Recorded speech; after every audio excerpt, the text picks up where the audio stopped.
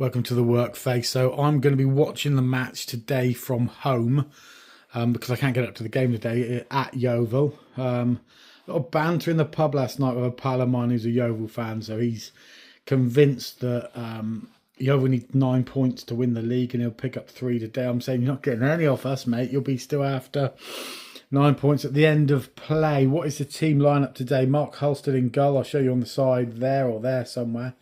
Arkle Jude, Boyd, Tom Lapsley, Austin Booth, Asa Hall, Brad Ash, McGavin, Will Jenkins, Davis, Dean Moxey, Jack Stobbs and Ethan Archer comes into the side, which will be interesting to see. So it looks to me like they'll play a 4-3-3, probably hopefully with Hall and Dean Moxey playing centre backs as they did the other day, which was really, really well played by those guys. You're then probably going to find if they're going to have a back four. Austin Booth is in the side, so it might be a back three. I'm hoping it goes a back four, to be honest. I thought it worked quite well the other day. I'm not sure they're going to have it left back, though. I suppose if you have Jude, Arkle, Jude, Boyd playing perhaps on the left back, and then Austin Booth on the right. So that would give you a flat back four. McGavin would sit in front. Tom Lapsley on one side, Will Jenkins, Davis on the other. Then maybe 3 up top, which could be Brad Ash in the middle, who's looking pretty good actually at the moment, and Ethan Archer on the left, Stobbs on the right. We shall see. Gulls need a win. Frustratingly, of course, we got that 10-point deduction, even though we haven't gone into administration yet. I'm going to give you half-time and full-time view from my armchair. So I know it's a different view and it's not as immersive and it's not the same as being at a match, but at least I can get to see the game, give you a view. So maybe if you've been to the match today and now you're watching this, I can give you a different view, hopefully the same view that we've got a great win. Don't go anywhere. Join me at half time when I give you an update, or later in the game at the end. Don't go anywhere. Half time from home, watching Hewish Park. Helter Skelter first 10 minutes. Torquay were snappy on the tackle. Bookings for Arkle, Jude, Boyd and Tom Lapsley. And Austin Booth and Brad Ash as well, I think. It's been really high energy from the goals through the game and really not a lot between them. I would say very even half, kind of almost cancelling each other out in the middle of the park. Yeovil did have a couple of chances. One drifted over onto the back post and their centre forward who's playing alongside Nubley, a fella called Palmer, couldn't quite get there. They also had a shot that got blocked and gave them a corner. Nubley's been their kind of most influential player. He's been dropping deep and trying to orchestrate and just bring the ball down and build from. But I think Moxey and Hall have been getting tight to him and working pretty well. Ash, for the first 10 minutes, was pretty busy and getting involved. I think Lapsley's having a good game. So Dawson, I didn't think about this earlier, is not playing today. The goal came from miscontrol by Jack Stobbs, and it was pretty poor control by him. He would then think he got fouled because the player did come through behind him and robbed the ball off him, went down the left-hand side, dribbled the ball across the box, and Palmer on the back post buried it. And, well taken, straightforward goal, really. Was it a foul, wasn't it? Well, the ref didn't give him a foul, so it wasn't a foul. There you go. Stobbs' control was poor. If his control was good, goal wouldn't have happened. So, Lapsley and Ash are always going to be remonstrating with the referee about that one. They might have a bit of a point there. But anyway, we're 1-0 down. I think second half, we're going to need to have a bit more threat up front, a bit more presence. So I think Dwayne will perhaps come on. Maybe Ethan Archer might go off. He's been kind of redundant to some extent. So that he could perhaps move Ash out to the left and bring on Dwayne Afori Achapong up front. And then Stobbs needs to improve his delivery because his corners, they haven't been good for the last few weeks of the day, and he hasn't really delivered well when he's got the ball in. The best chance the goals have had, probably, Will Jenkins Davis went down the right-hand side, robbed the defender, no foul given, so Jenkins Davis was then on. He cut the ball back from Ash, whose shot was poor and off target. And Jenkins Davis then also drifted into an inside left position and hit one of his left peg, which went wide. So Torquay not without threat, certainly competitive. An error, I think, cost them the goal. But 1-0 down at half-time, still in this game. And I think there's something in the game for the goals. Catch me at full time and I'll tell you all about that thing that's going to happen. Don't go anywhere. So, folks, Jordan Young's just scored for Yeovil Town. Frank Nubile went down the left, crossed the ball in, and the guy drilled it in, went in off the underside of the crossbar. Goals need more up front, I think. So I'll be looking to imagine that Dwayne and Lewis Collins will be coming on. We've got 20 minutes and we have been competitive. There hasn't been a lot between the sides.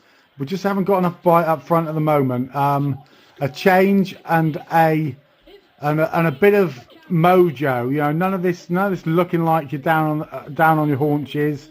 They got to really show they mean it in the second, next 20 minutes or so to get a goal and get back in this game. So come on, United, pull your finger out and get on with it. 3-0 down now, folks, and Moxie tripped and Clark came in and tucked it away, and pretty easy finish in the end there. And goals need to shake it up now. They need to turn, really make a substantial few changes on the pitch. They're not playing horrendously, but they just all of a sudden look like they're quite open, really. So I'll be making a double change if it were me. Let's see what happens. Goals 3 down. Right, folks, there's about 10 minutes ago, maybe 3-0 down. Having a listen to this sickly sweet radio Somerset commentary, which is like every player in the Yeovils team is amazing according to this. And yeah, they've been deserved winners, and Torquay won't turn this around. I'm pretty certain of that. But anyway, I can see the goals fans behind the go having a bit of a party, letting off a couple of smoke bombs, cheering the team well, which is amazing to see.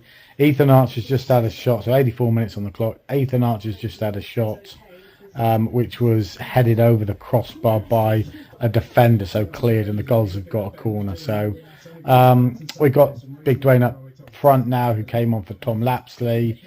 Lewis Collins has come on for Stobbs. Ollie Tomlinson has come on for Arkle Jude Boyd. So just run-of-the-mill changes. Dwayne hasn't really had much impact up top.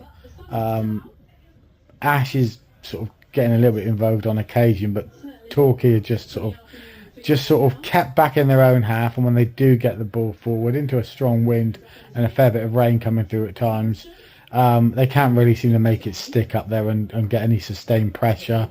And it just seems that that Yeovil are just going through the moves at the moment, going through the motions a little bit, and 3-0 up.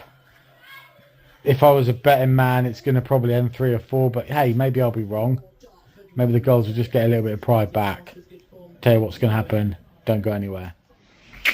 Disappointing game, really, guys. 3-0.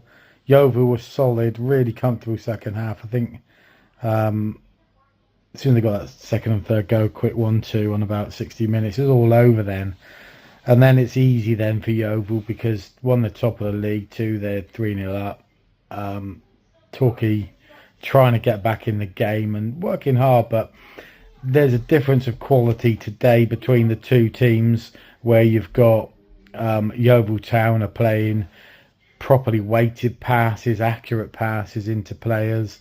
The control of the players is good. They control it first time, and it allows them to build, play, and not lose the ball. And when Torquay get the ball after working so hard to finally get it back, and they're holding defensive positions, they're not always pressing, then there doesn't seem to be enough movement, so the pass isn't on. The passes get a little bit rushed and the pressure's on the players. Some of the passes are overhit, then the control from the players receiving the pass isn't good enough. And I was looking up and down the pitch just trying to see, is there one Torquay player out there today that is showing more quality than any one Yeovil Town player? There's got to be someone out there who's doing enough, but today no one. So Kevin Dawson definitely missed out there today, and Aaron Jarvis as well. they made a good fist of it for the first 20 minutes. And I don't think really they deserved necessarily to be a go down at half time. But that being said, Yeovil, you know, they you wouldn't say that they didn't deserve to be in the league because they created 3 chances and we didn't really create very much. So it could have been 0-0 at half time. It wasn't. It was 1 down at half time. We had a bit of a go at the start of the second half and then it fizzled out really. So there you go. Onwards and hopefully upwards. Poor performance in totality. But I'm not sure if we need to maybe have a couple of different tactical options we can do if something's not going right. But certainly the players have to be able to show more quality, and we have to have, in every game, we've got to have 1 player or 2 players that are at least as good as some of the opposition players, because if all of our players are worse than all of their players, we're going to lose. So there you go. Hard watching today. Well done for all the Torquay fans that went up there. I wasn't one of them, so well done to you. You did better than me today, guys. I'm proud of you. Let's hope we can get a win soon. Catch you guys on the football schmootball flip side.